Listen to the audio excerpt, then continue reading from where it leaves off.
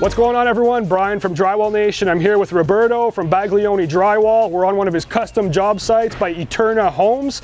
Recently, Rob reached out to us inquiring about Trim-Tex Buttboard. So today we're going to be working with his crew and showing them some of the benefits of using Buttboard. Let's go take a look.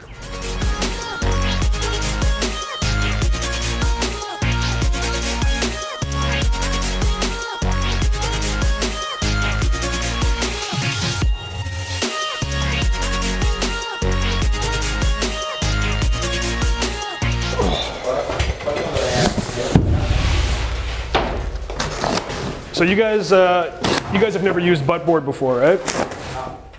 This is the product here. So it's a V-groove piece of OSB. So the middle is thinner than your edges. So instead of landing your sheet of drywall on a stud like you typically would, you cut your sheet back and you let your joint float in between the cavity. So for example, behind us here, a full 12-foot sheet, normally you'd have to cut it short on a stud. In this instance, when you're using Buttboard, you let it float, and then you piece your Buttboard behind, you screw the front, and then when your next piece comes on, what that does is it recesses your butt joint. So you save on drywall waste, because you don't have to cut your sheet short to land on a stud.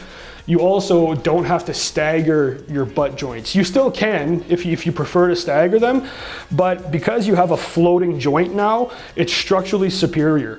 Like here, your drywall is fastened to that floor joist. If there's any movement, if there's any shifting or anything like that, it's more likely to crack. You're splitting two ends of a sheet on an 1.5 inch framing member. So oftentimes if your framing's not straight, or your outside wall is crooked, you have to toenail the edge of your drywall, right? You can see it here.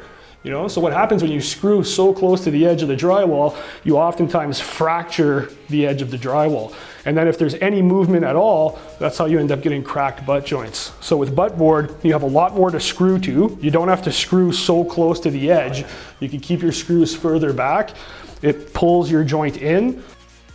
It's stronger because it's floating, so it's structurally superior. It's not going to be affected by any movement, truss uplift, or anything like that because it's a floating joint.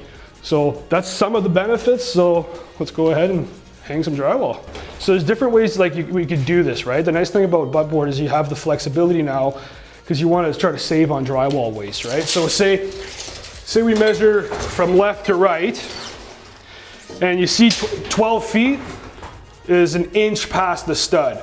So you would have to cut it back to about midway, so say 134. But what you could also do is you could measure from this side, and 12 feet now, we'd only be cutting off a few inches. So instead of cutting off like 1.5 feet, we could cut off 6 inches and we could go 138. So you save that extra little bit of drywall. So you could decide which side you want to go from. Actually, let's hold that again there. Let's see where. So 10 feet. So we could do 2 10s without doing any cuts, right? Like we start there. We see 10 feet gets us pretty close to the center of the stud.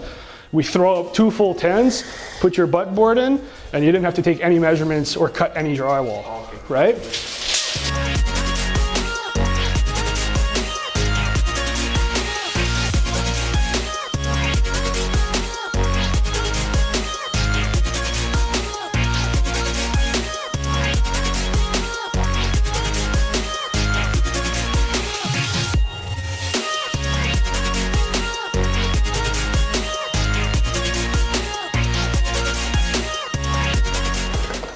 So now he just took a measurement for that sheet. Now we know our next sheet is already 10 feet, right? So now we can install the bottom sheet when he's going to do that next one. But we're gonna have to rip the height, right? We're less than 8 feet here.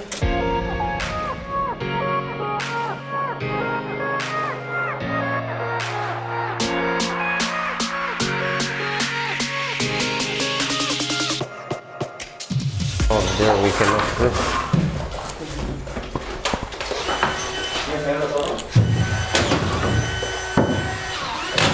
So Alex, no, so what are you looking for, a saw? Yeah. So here, so you want to make sure you stay above the plate, right? You don't want to drop it below the plate. So you want to stay above.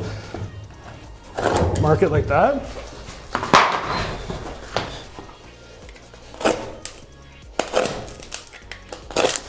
Oh, good. There you go.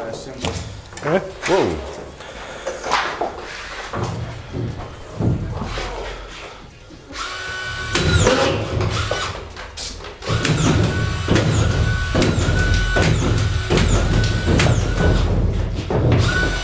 So we installed 2 full sheets without having any cuts, right?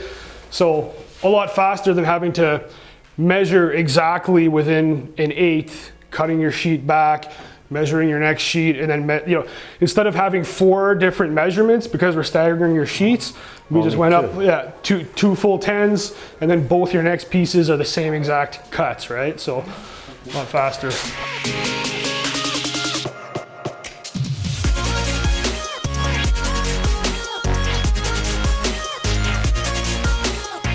So you don't want to screw your 2 outer studs just yet, because if you screw this, then the drywall is not going to have enough flexibility to suck in. No, that's okay. You can screw the bottom, but you don't want to screw the top, because you want to be able to screw your butt board, and you want it to suck in. So I mean, your top and bottom is fine, but you don't want to screw the whole thing. So now you can screw off the butt board, and then after that's done, you screw off your two studs.